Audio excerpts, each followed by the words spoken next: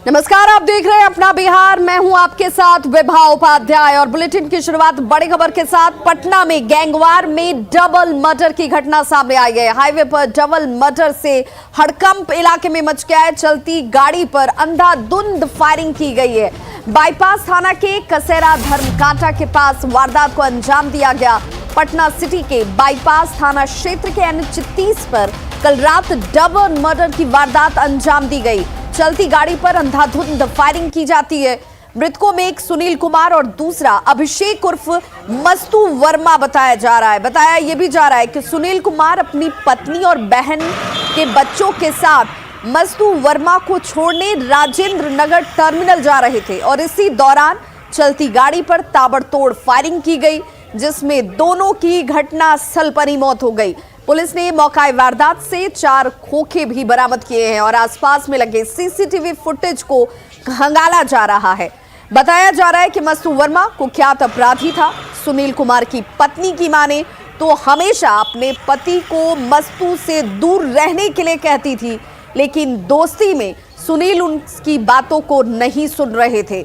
मस्तू के आपराधिक इतिहास को देखते हुए इस डबल मर्डर को गैंग वॉर से जोड़कर देखा जा रहा है।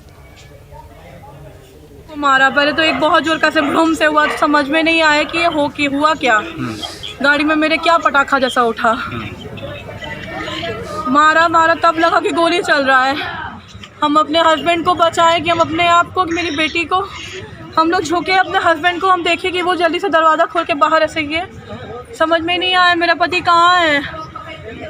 मार के चला गया वो। उसके बाद में मेरा कितने संख्या में था लोग? एक ही था वो जो आया था मारने। कितने राउंड गोली चलाया लगभग?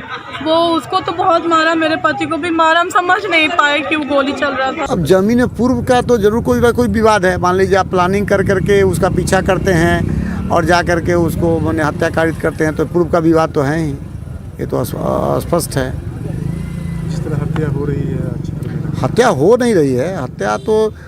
हत्या होगी, अपराध होता है, डिटेक्शन भी हो रहा है। हम लोग डिटेक्शन भी कर रहे हैं, पकड़ भी रहे हैं। अपराध 4 लेन पर हत्या हुई है सर, कहीं ना कहीं 4 लेन पर हत्या नहीं हुई है। 4 लेन से जा रहे हैं और जो है चूँकि अपने अगल बगल से ही ये प्लानिंग है। ये पहले की पूर्व की दुश्मनी है। और सहयोगी संजय हमारे साथ इस वक्त ज्यादा जानकारी के साथ फोन लाइन पर पटना से जुड़ गए हैं। संजय, आपसे दुश्मनी या फिर किसी और वजह से इस गैंगवार को अंजाम दिया गया हो, लेकिन पुलिस की तहकीकात क्या कहती है? कार्रवाई किन लोगों पर और अब तक क्या कुछ? देखिए विवाद, सबसे बड़ी बात यह है कि जो अभिषेक सिन्हा और मस्तू वर्मा है, इसका आपराधिक इतिहास रहा है। ये पटना सिटी का कुख्यात अपराधी है और तकरीबन 15 से 20 सालों की बात कर लें तो इसका वर्चस्व रहा था और कई बड़े कांडों में इसकी संलिप्तता को लेकर इसके खिलाफ FIR लॉन्च करवाया गया है। सबसे बड़ी बात, वैशाली में जो गांधी सेतु पर 2018 में बहुचर्चित गुंजन खेम का जो बड़े कारोबारी थे, उस हत्याकांड में भी पुलिस ने इसे हिरासत में लिया था। और इसके अलावा जो कारोबारी संतोष टेकरीवाल हैं, उस हत्याकांड में भी इससे पूछताछ हुई थी। पुलिस आंकड़ों की अगर माने तो 2003 में PNT कॉलोनी में इसे गोली भी मारी गई थी अपराधियों द्वारा। और पुरानी रंजिश जो है हत्या की एक बड़ी वजह हो सकती है। पुलिस इसी थ्योरी पर काम भी कर रही है, क्योंकि कई कांडों में इसकी संलिप्तता रही थी और ऐसे में जो मस्तू है वो लगातार अपराधियों के निशाने पर था। इस बात से इंकार नहीं किया सकता और पुलिस भी इसी को मानकर चल रही है। हाल के दिनों में ये मस्तू जो है वो जमीन के कारोबार से भी जुड़ गया था। इसके अलावा पॉलिटिक्स में भी इसने अभिरुचि दिखाई थी। एक बार नगर निगम का चुनाव लड़ने के लिए भी इसने नामांकन दाखिल किया था और उस समय भी कई लोगों से इसकी दुश्मनी हुई थी। तो कुल मिलाकर कई एंगल है, खासकर जो जमीन संजय, लेकिन जिन लोगों ने फायरिंग की उन्हें पकड़ने को लेकर किस तरह की कार्रवाई हो रही है? क्या उन्हें आइडेंटिफाई किया जा सका है? देखिए CCTV कैमरा पुलिस खंगाल रही है रात से ही, और CCTV कैमरा जब ये अपने घर से निकला था तो उसके बाद से कौन कौन से लोग इसको चेज कर रहे थे, इसका पीछा कर रहे थे, वहां से लेकर जो घटना स्थल है वहां पर जितने भी CCTV कैमरे हैं उनको पुलिस तलाश रही है। और निश्चित तौर पर कहीं ना कहीं पुलिस को क्लू मिल गया है कि कौन लोग इस हत्याकांड में शामिल थे और आगे जैसे जैसे अनुसंधान बनेगा, निश्चित तौर पर जो आरोपी शामिल है इस हत्याकांड में वो पुलिस के शिकंजे में होंगे। इस बात से इंकार नहीं किया जा सकता। चलिए, बहुत बहुत शुक्रिया संजय, तमाम जानकारी के लिए आपका।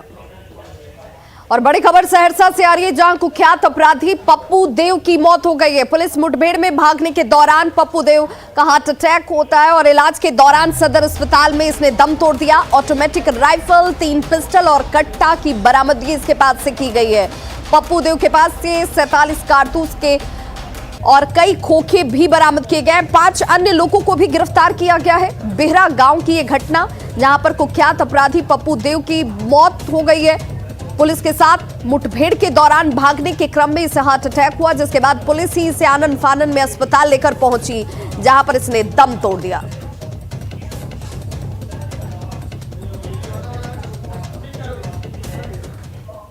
और अब बात जातियों में बटी भोजपुरी फिल्म इंडस्ट्री की।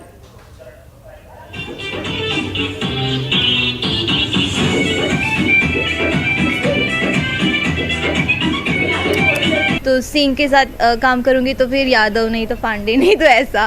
और सिंह के साथ कर लिया तो यादव नहीं करेंगे, ये नहीं करेंगे। मैं बहुत फंसी पड़ी हूँ इसमें।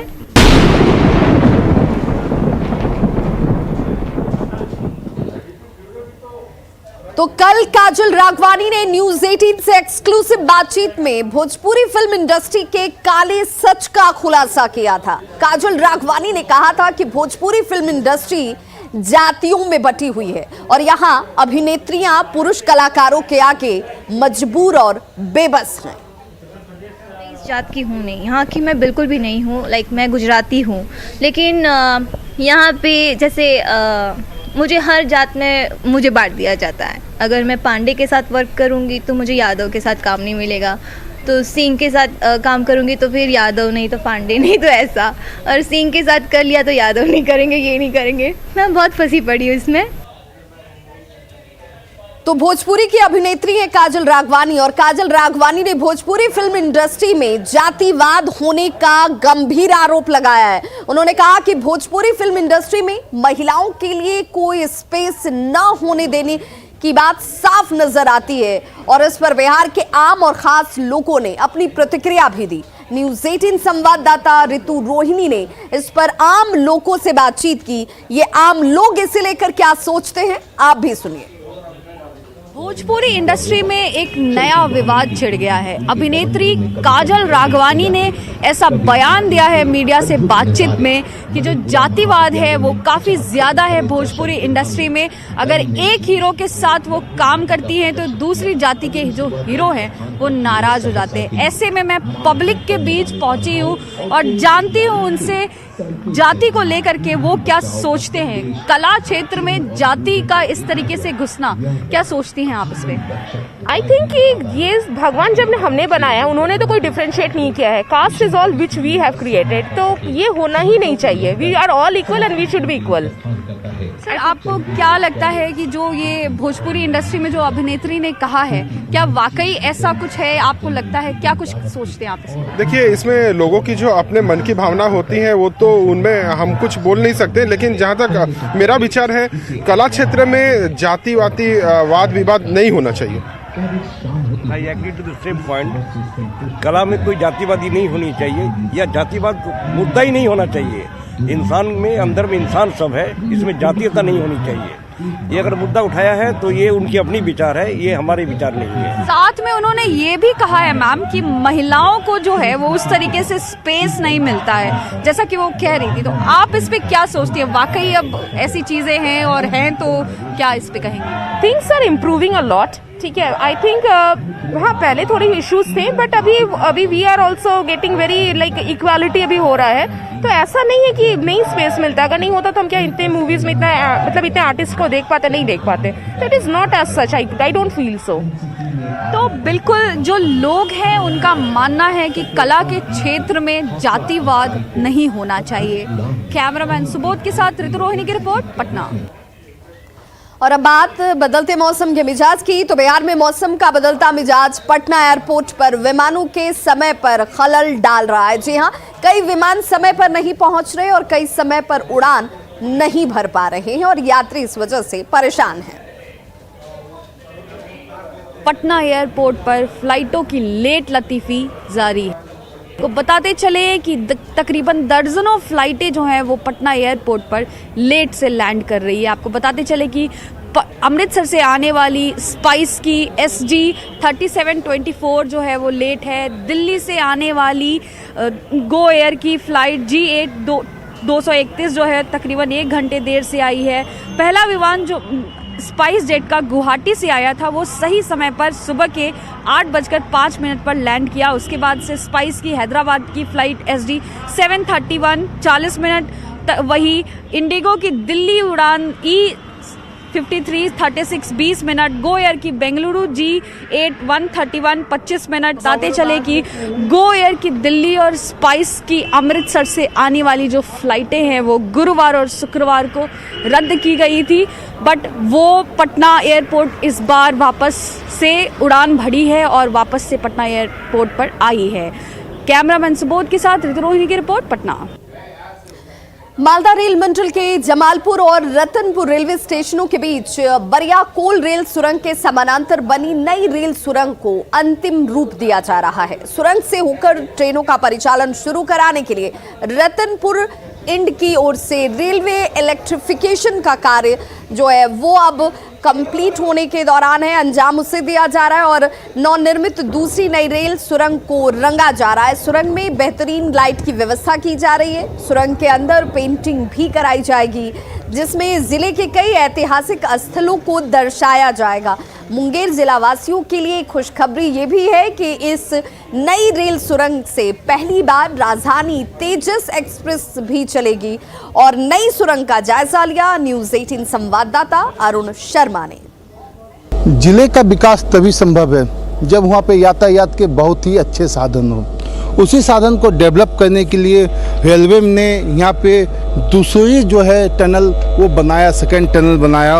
उसको लेके रेलवे ने ये दूसरा टनल जो है उसी के बगल में बनाया है। आप देख सकते हैं कि जो टनल है उसके बनने में 2 साल लगा है। 2 साल में ये लगभग अब कंप्लीट हो चुका है। पेंटिंग के जो काम है वो लगभग कंप्लीट हो चुका है। ऐसा अनुमान लगाया गया है कि 2022 के प्रथम 3 महीने में ही इसको चालू किया जाएगा। उसके पीछे कई ट्रेनों का वो ट्रायल करके देखा जाएगा। कई जो रेलवे के जो अधिकारी हैं वो आएंगे, वो देखेंगे, उसके बाद ही इसे चालू किया जाए। साथ में पेंटिंग का काम है। कब से पेंटिंग का काम चालू है? यहाँ सर 10 दिन हो गया। 10 दिन हो गया। कब तक पेंटिंग का काम चलेगा? 4 से 5 दिन फाइनल। क्या क्या चीज़ पेंटिंग में होना है? पेंटिंग इनसाइड और आउटसाइड जो है आपका रिटर्निंग वाल है। क्या बेनिफिट मिलेगा आपको? बहुत बेनिफिट हुआ। जैसे कि पहले कई सारी ट्रेनें आती थी तो दोनों स्टेशन के बीच में ही एक समय में नहीं गुजर सकते। सिंगल टर्मिनल होने के कारण ना तो एक समय में 2 ट्रेन नहीं गुजर सकती थी, तो अभी डबल हो गया है तो कोई ट्रेन आपस में जब चाहे आ जा सकती है। उससे बहुत फ़ायदा हुआ। पहले लोग बहुत स्टेशन पर इंतज़ार करना पड़ता था इधर आने के लिए या तो उधर जाने के लिए। अब ऐसा कुछ नहीं है, अब सब कुछ ठीक हो गया है। सबसे बड़ी बात है कि ये जमालपुर शहर के लिए तो एक बहुत बड़ी सौगात है। और परिचालन जो बाधित होती थी, कई सारे पैसेंजरों को घंटों तक इंतज़ार करना पड़ता था, जिस वजह से लोगों को अब वो इंतज़ार ख़त्म हो जाएगा। और ख़त्म इंतज़ार हो जाने के बाद ट्रेनों का परिचालन सुगम होने से कई सारे जमालपुर से मरीज़ जो भागलपुर इलाज कराने जाते थे उनको ट्रेन में बहुत परेशानी होती थी, अब वो सुगमता से पहुँच जाएंगे और अपना ट्रीटमेंट वगैरह व्यवस्था करवा सकेंगे। बिहार में कोरोना के 6 नए मरीज मिले हैं। इनमें 1 मरीज पटना का और इसके अलावा गया, किशनगंज, पूर्णिया, मुजफ्फरपुर और रोहतास में एक नए संक्रमित मरीज मिले हैं। राज्य में कोरोना के सक्रिय मरीजों की संख्या अब 81 हो चुकी है, जिसमें राजधानी पटना की ही खास तौर पर बात करें तो यहाँ से 54 मरीज हैं कोरोना पॉजिटिव। देखिए पटना से हमारी संवाददाता ऋतु रोहिणी की रिपोर्ट। बिहार में कोरोना के 6 नए मामले सामने आए हैं। राजधानी पटना समेत गया, किशनगंज, मुजफ्फरपुर, रोहतास और पूर्णिया में एक मामले सामने आए हैं। आपको बताते चले कि स्वास्थ्य विभाग द्वारा जारी आंकड़ों के अनुसार बीते 24 घंटे में 1,76,572 सैंपलों की जांच की गई और इस दौरान 6 मरीज ठीक भी हुए हैं। वहीं राज्य की जो रिकवरी दर है वो 98.32% है। वहीं राज्य में अभी 81 तो पटना में 54 सक्रिय मरीज हैं। इसके साथ साथ बिहार में अब तक कोरोना से 7,26,365 लोग जो है वो संक्रमित हो चुके हैं और इनमें 7,14,190 लोग ठीक भी हो चुके हैं। तो वहीं राज्य में कोरोना से मौतों की कुल संख्या अब 1293 है। आपको बताते चले कि पिछले 24 घंटे में किसी की मौत कोरोना से नहीं हुई है। इसके साथ साथ न्यूज़ 18 की टीम जो है वो लगातार आपसे कोरोना गाइडलाइंस को फॉलो करने की अनुरोध कर रही है। एक बार फिर से हम अपने सभी दर्शकों से ये आग्रह करेंगे कि वो कोरोना की गाइडलाइन को फॉलो करें, मास्क लगाएं और 2 गज की दूरी को बनाए रखें। कैमरामैन सुबोध के साथ पटना से न्यूज़ 18 के लिए ऋतु रोहिणी की रिपोर्ट। बिहार के हेरिटेज हीरो और गृह विभाग के विशेष सचिव विकास वैभव ने लेट्स इंस्पायर बिहार के नाम से एक मुहिम की शुरुआत की है। इस मुहिम का मकसद बिहार के युवाओं को गौरवशाली अतीत की जानकारी देना है और इस अभियान के तहत पटना के सभी स्कूलों में भारत हेरिटेज ओलंपियाड का आयोजन किया गया, जिसमें 40 विजेता स्कूली बच्चों को सम्मानित कर उनका उत्साह बढ़ाया गया। वहीं 10 बच्चों को यंग हेरिटेज एम्बेसडर का भी अवार्ड दिया गया। इस मौके पर विकास वैभव ने बच्चों को बिहार के गौरवशाली इतिहास की जानकारी दी और बेहतर करने के लिए उन्हें मोटिवेट किया। हमारे साथ इस वक्त गृह विभाग के विशेष सचिव IPS विकास वैभव हैं, जो इतिहास प्रेमी कहे जाते हैं और बिहार के हेरिटेज हीरो के नाम से भी जाने जाते हैं। इन्होंने एक मुहिम स्टार्ट की है, लेट्स इंस्पायर बिहार। तो क्या ये मुहिम है और क्या इसका मकसद है सर? देखिए, हम लोग जब भी बिहार को याद करते हैं तो अतीत को हम लोग अच्छे से याद करते हैं, बहुत प्राइड फील होता है और कहते हैं कि बिहार ज्ञान की भूमि थी, शौर्य की भूमि थी, उद्यमिता की भूमि थी। हर आदमी उससे गौरवान्वित होता है, लेकिन जब सोचते हैं वर्तमान को और सोचते हैं भविष्य कैसा होगा तो हम बड़े चिंतित हो जाते हैं। हमको लगता है कुछ न कुछ गड़बड़ हो गया इतने सालों में। इसी चिंता को दूर करने के लिए कैसे हम लोग आगे बढ़ सकते हैं, शिक्षा के साथ, समता की भावना के साथ, उद्यमिता के साथ, हर लेवल पे हम लोग यूथ को इंस्पायर करना चाह रहे हैं उस विजन से जिसने कभी बिहार को उस रूप में स्थापित किया था। क्या कारण थे कि बिहार वैसा था, आज क्यों नहीं है? क्यों नहीं हम लोग चिंता छोड़ के चिंतन करें, संघर्ष छोड़ के सहयोग करें। हम देखेंगे अगर हम एनर्जी कहाँ लगा रहे हैं तो आप पाएंगे जो यूथ हमारा है उसकी एनर्जी भी कास्टिज्म में जा रही है, संप्रदायवाद में जा रही है, बहुत सारे डाइवर्जेंस में जा रही है। उसको छोड़कर यदि हम लक्ष्य को तय करें कि हमको क्या करना है और उस इंस्पिरेशन से जो बिहार की हिस्ट्री हमको इंस्पायर करती है, कैसे हम लोगों को जोड़कर आगे बढ़ सकते हैं, कैसे थोड़ा सा योगदान कर सकते हैं समाज में, कुछ सामाजिक कार्यों में, और mainly on the 3 themes education, egalitarianism, entrepreneurship. इसको प्रमोट करने के लिए school community, college community, general youth at large, we are trying to form chapters और स्कूल्स में हम लोग क्लब्स बना करके बच्चों को बिहार के इतिहास के बारे में बताना चाहते हैं। इसी क्रम में पटना में initially on the occasion of world heritage week about 40 schools participated in which 30,000 students अलग अलग उनके लिए ओलंपियाड हम लोगों ने ऑर्गेनाइज किया था, which was named as Bharat heritage olympiad. इसमें लोगों ने पार्टिसिपेट किया, बिहार के हिस्ट्री पे क्वेश्चंस पूछे गए और बिहार का विजन क्या है उनका फ्यूचर का, उसमें कैसे उनका योगदान हो सकता है, इसमें ऐसे लिखने को कहा गया। We are very happy that about 240 of them have been selected as winners. Bihar के हेरिटेज को लेकर के क्या सोचती हैं आप? बिहार का जो हेरिटेज है वो बहुत ज़्यादा यूनिक है और वो हम लोग सबको इंस्पायर करता है, तो हम लोग को इसको मेंटेन करना चाहिए और इसको प्रिजर्व करना चाहिए। तो हम लोग को कुछ वैसा करना चाहिए ताकि जो बिहार का हेरिटेज है वो सिर्फ बिहार ही तक ना रहे बल्कि वो पूरे वर्ल्ड में हर जगह फैले।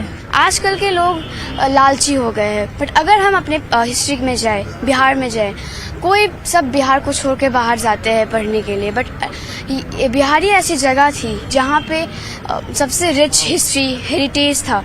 हमें बिहार के बारे में सब कुछ समझना चाहिए। बिल्कुल, बिहार के शौर्य से जुड़े हुए जो गाथाएं हैं उसको आगे बढ़ाने के लिए आज के युवाओं उन गाथाओं को, उन शौर्यताओं को, उन वीरताओं पे क्या सोचते हैं, इसको लेकर के ये एक मुहिम स्टार्ट की गई, लेट्स इंस्पायर बिहार, और ये मुहिम जो है वो काफ़ी रंग ला रही है। कैमरामैन शहबूब के साथ न्यूज़ 18 के लिए ऋतु रोहिणी की रिपोर्ट, पटना। तो खबरों का सिलसिला लगातार जारी है, आप देखते रहिए न्यूज़ 18 बिहार झारखंड।